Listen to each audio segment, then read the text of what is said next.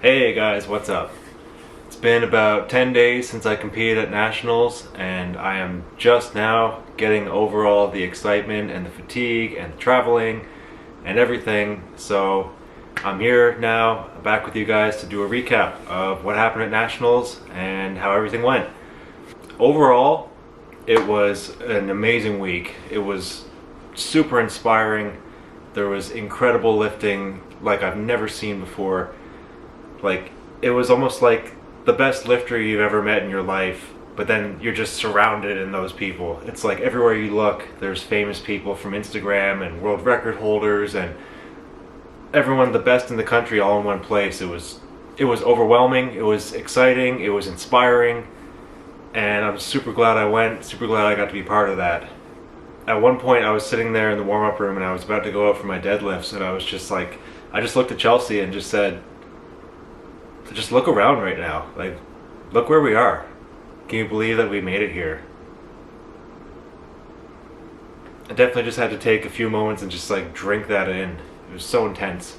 So my results personally, I ended up totaling 720, which was a 10 kilo total PR for me.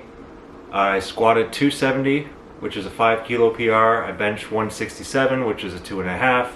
And I deadlifted 282, which was also 2.5. So I'm going to get a little bit more into my response to my own performance, but for now let's just go and look at some lifts, and I'm just going to go along with you guys and check these out.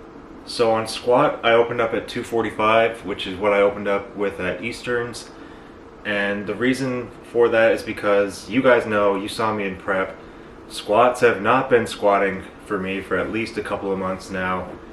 Everything I did in prep felt slow, heavy, so I wanted to come in conservative here, open up with something that I know I could not fail. So here we are with the 245, and sink it, no real sticking point, and clean, good opener. So the plan for the day was that we were going to take the 245, then jump 15 if everything felt good to the 260, and then if everything felt super good after that, jump to 275. So jumping from 245 to 260 was actually a bit of a scary jump for me, because the last heavy squat I did in prep was 255, and that didn't move too good, and it felt really heavy. It felt like an RPE 9 or 9.5 on the day. So jumping to 260 was a little bit of a do or die moment for me. Yeah, so here we go. 260 on the bar. Walk it out very strong, get settled. Just going to take it exactly like I took 245, and very good, very smooth, barely a sticking point, barely any slower than 245, but it felt a little heavy. So we didn't jump to 275, we jumped to 270, which is still a PR for me. It's also the heaviest weight I ever took in training, which was back in December when I was a lot heavier. And I also didn't hit depth that day. So I've never successfully squatted 270 before this in any capacity. Depth was on the line, and super gnarly fight. Probably the gnarliest squat fight I've ever done. And it actually exposed some, I think, rotational weakness in my trunk, which I was not aware of until this point. You can see during my sticking point there, my top sticking point, I actually helicoptered a little bit and the bar is rotating, and you can even see the spotters on that side react to it a little bit. So yeah, whatever, we got the squat. It was 2 whites. I think I got 1 for depth, 1 red, and yeah, it's a good start. I was pretty happy. It was a 5 kilo PR. It was the heaviest squat I've ever taken in any capacity, and I pulled it off on the platform. So at this point, feeling pretty good. And so here we go, moving on to bench. Open up with 160, that was the plan from the start. So we loaded it up according to plan, and let's see how we did. My normal setup, unrack nice and strong, solid pause, and up we go. Now this one, I did get a middle call for heaving, which I think is bullshit. I think they were calling heaving like crazy at this meet because the new rules the new enforcement of the heaving rules on bench are very fresh, and so they were handing out heaving calls like crazy. So I'm not going to take that one too personally, because I think almost everybody, it seems, unless you're super light touch or got some kind of a heaving call for something or other. Now, what I didn't mention about my first bench was that I actually lost one of my feet, slipped out from under me during the unrack, because that carpet is a texture I'm not used to. It's a fabric that I'm not used to using, and maybe some baby powder along the way or some chalk dust, but I was slipping on it. So come out for my second bench. Here we go, 167.5. Nice soft pause there and up.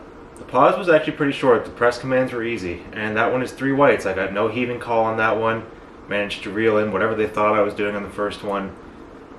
And yeah, 2.5 PR right there. Third attempt.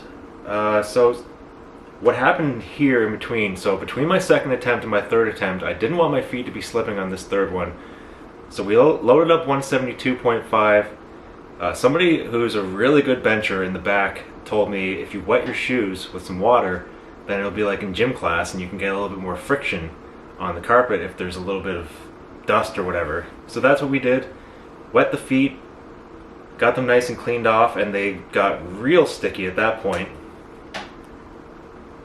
Unrack, just the same as normal, nice and strong. And press. Oh, and it is a nasty fight. Worst bench fight I've ever had on the platform, and I just felt horrible. Oof. So, what happened there? Once I got my feet wet, that grip issue went away. I was able to push with my feet like I needed to, get that leg drive, but I was still bracing so hard that I got a massive back cramp, and my lats and my lower back, as soon as I lowered that weight, just lit up and they were on fire. And I basically just pressed that third bench with nothing but arm strength and no leg drive because my back was on fire. So I completed the lift, my butt definitely came up. It is what it is. That's a tough one to swallow because I failed that same weight at Easterns. So at this point I was a little bit not happy with myself. And so on to deadlifts. Let's go. After that bench attempt, I had such a back cramp that I was literally lying on my back with my feet up on a table and just lying there saying to Chelsea, who was my handler, saying, I don't know if I can deadlift right now, but we're going to try it. And I'm not going to try anything that's going to injure me. So let's go ahead. So I loaded up 265, that was the opener, and let's see how this goes. Nice and smooth, textbook. Yep, just like it would have been in the gym. 265 smoked, no problem. So we jumped 17.5, went up to 282.5, which is a 2.5 PR on the platform for me. Now also, mind you, at this point, this is like 9 o'clock at night, Newfoundland time. I normally deadlift like between 10 a.m. to like 2 to 3 p.m. I don't train at night. So going for a max deadlift at night was messing with me. I can't lie. I know everybody else had to lift at the exact same time. I'm just saying, for me, that was definitely a factor. I did not feel strong at that point in the night.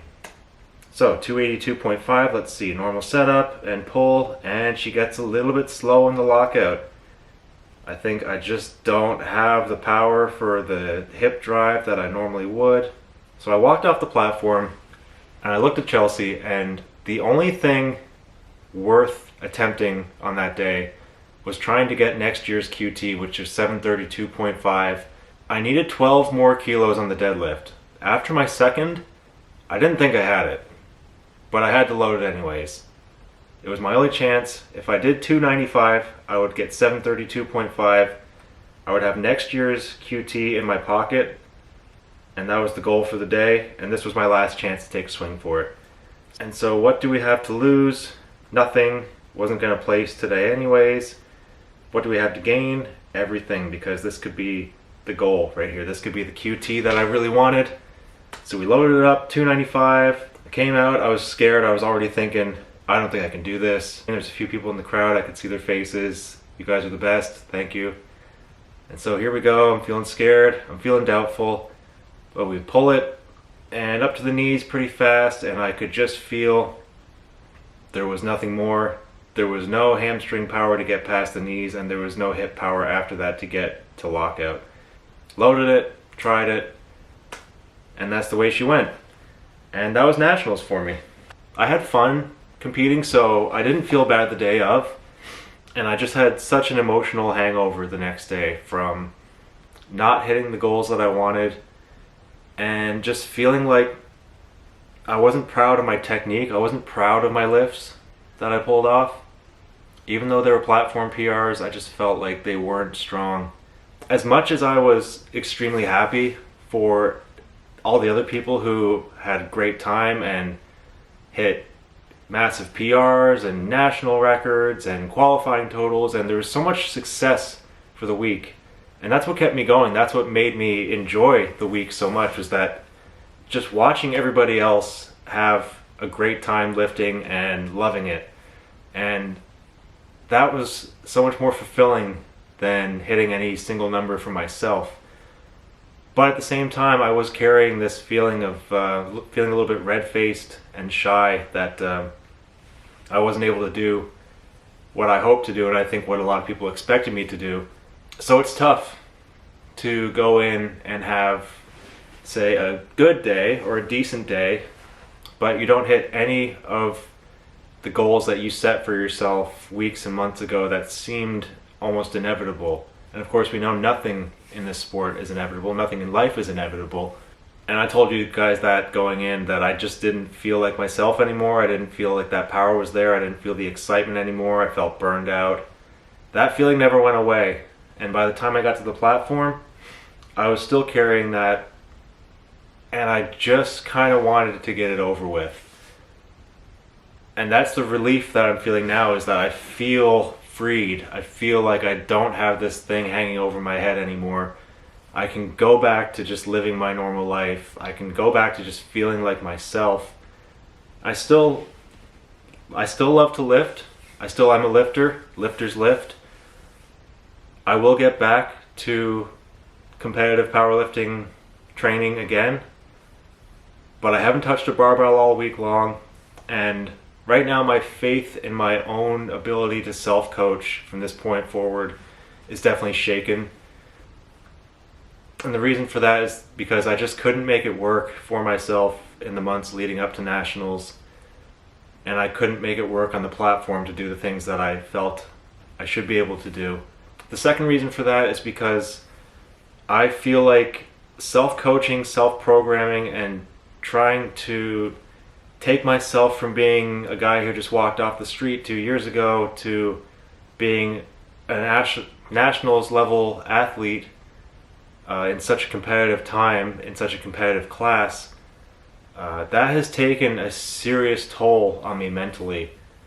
And it has taken so much of my mental energy to keep that up, and my physical energy too.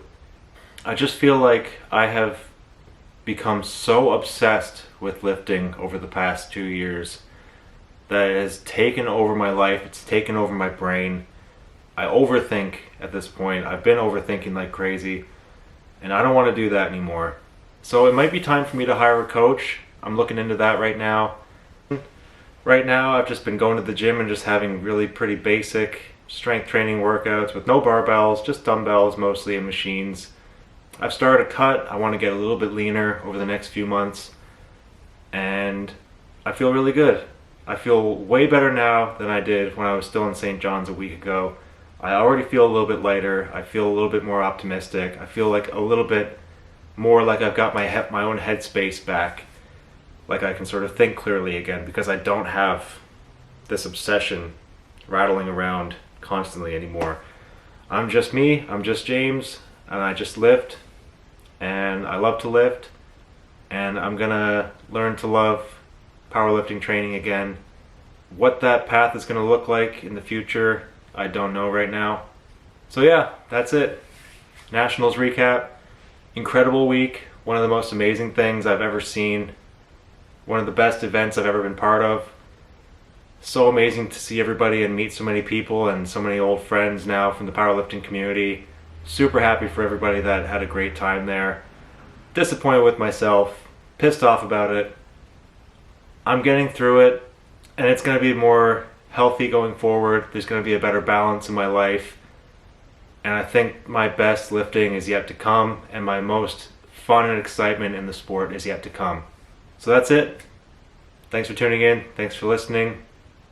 And I hope you'll follow along as I get back into powerlifting training over the next weeks and see where this journey takes me next.